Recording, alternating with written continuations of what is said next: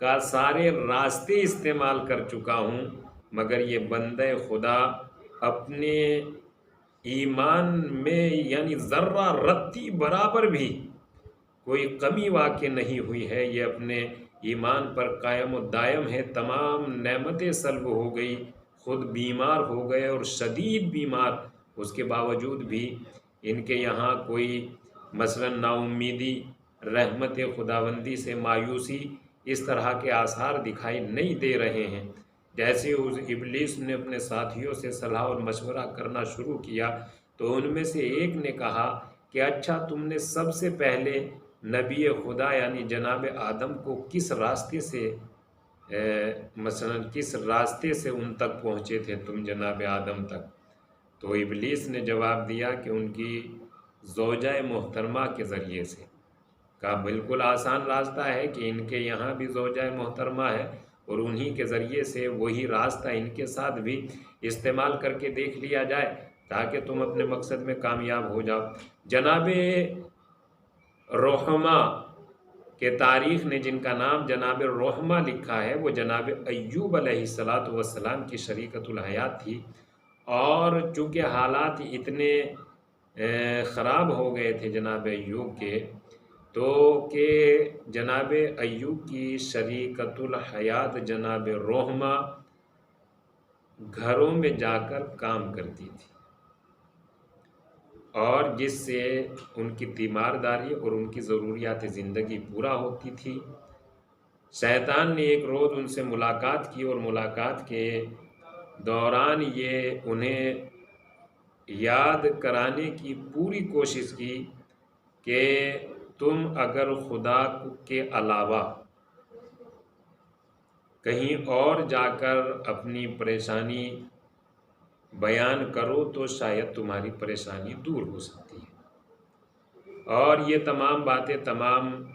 وہ باتیں کی کہ جس سے جو شیطان سے توقع کی جا سکتی ہیں۔ اس کے بعد شیطان نے کہ جو ایک اچھے انسان کے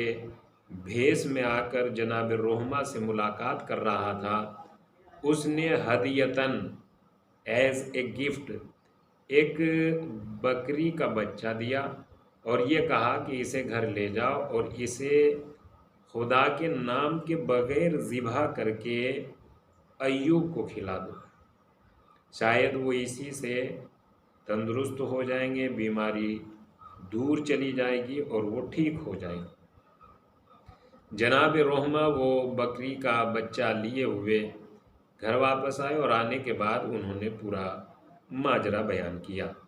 جناب ایوب علیہ السلام سمجھ گئے کہ جو انسان کو اس کے مالک سے الگ ہونے کی دعوت دے رہا ہو وہ ابلیس کے علاوہ کوئی اور نہیں ہے، لہذا جناب ایوب نے اپنی زوجہ محترمہ کے جو ایک بہت ہی فداکار اور جانثار خاتون تھی انہیں اس طریقے سے سمجھانا شروع کیا۔ دیکھیے کتنی آسان سی بات ہے کہ آدمی کی فکر بدل دیجئے، انسان خود بخود بدل جائے گا۔ جناب رحمہ کو جناب ایوب نے یہ کہنا شروع کیا کہ پروردگار عالم نے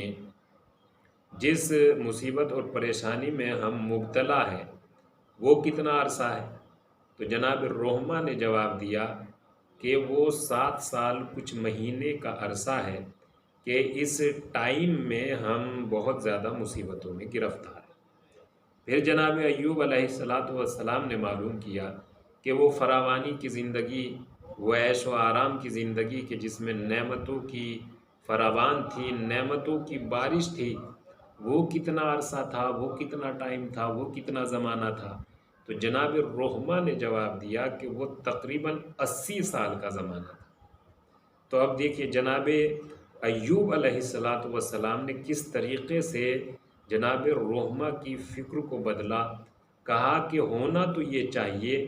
کہ وہ زندگی جو عیش و آرام کی تھی اور جس میں پروردگار عالم نے ہمیں بے پناہ نعمتیں دی تھی،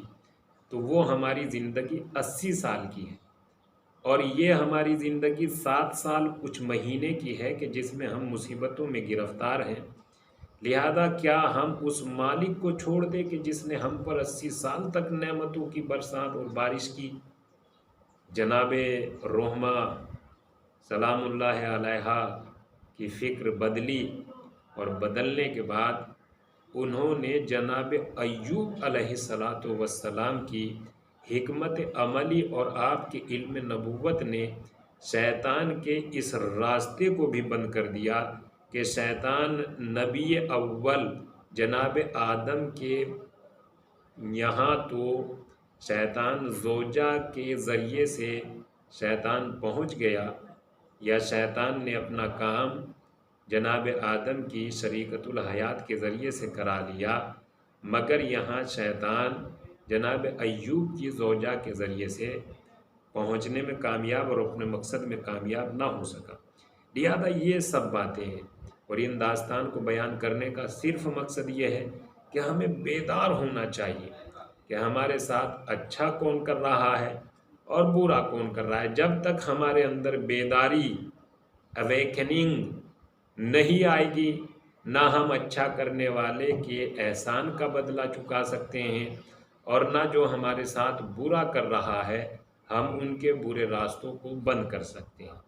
لہذا اس داستان سے سب سے پہلا اور سب سے اچھا جو درس ملتا ہے وہ یہی ہے کہ ہمیں بیدار اور جانکار بننا چاہیے، ہمیں غافل اور خواب غفلت میں نہیں رہنا چاہیے۔ آئیے بس انہی باتوں کے بعد مالک کی بارگاہ میں دعا کرتے ہیں، مالک تجھے محمد اور آل محمد کا واسطہ ہمیں علم و معرفت کی خزانے سے مالا مال فرما، اور ہماری عبادتوں اور نماز و روزوں کو اپنی بارگاہ میں قبول و مقبول فرما۔ وآخر الدعوانا ان الحمد للہ رب العالمین۔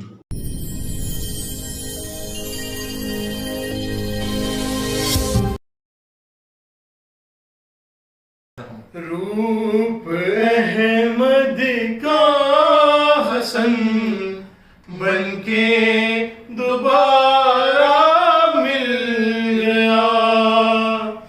روپ احمد کا حسن بن کے دوبارہ مل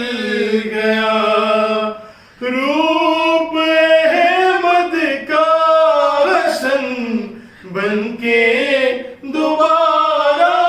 مل گیا، روپ احمد کا حسن بن کے دوبارہ مل گیا، چاند سے جیسے کوئی آ کر ستارہ مل گیا، جس کو پڑھتا ہو سنو دارین میں قرآن بھی، جس کو پڑھتا ہو سنو دارین میں قرآن بھی، فاطمہ کی گود کو ایسا سپارہ مل گیا، روپ احمد کا حسن بن کے دوبارہ مل گیا، چوم کر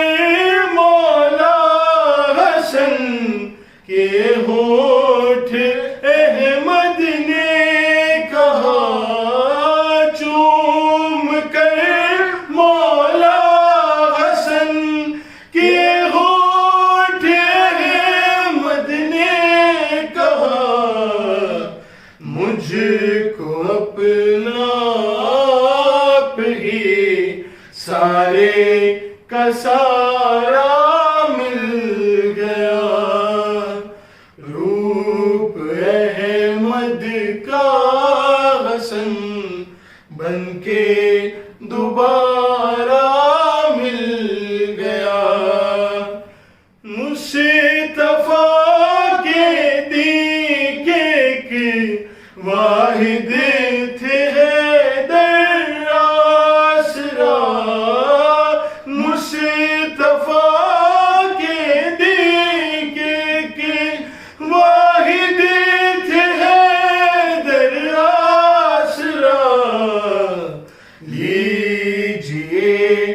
اسلام کو دوجا سہارا مل گیا، روپ احمد کا حسن بن کے دوبارہ مل گیا، دیکھ کر حسن حسن بولے فرشتے جھوم کر، دیکھ کر حسن حسن بولے فرشتے جھوم کر، فرش پر اس بار جنت کا نظارہ مل گیا، روپ احمد کا حسن بن کے دوبارہ مل گیا، دوسرا شعبان میں تجھ کو ملے گا صبر کر، دوسرا شعبان میں تجھ کو ملے گا صبر کر، دین کی کشتی تجھے پہلا کنارہ مل گیا، روپ احمد کا حسن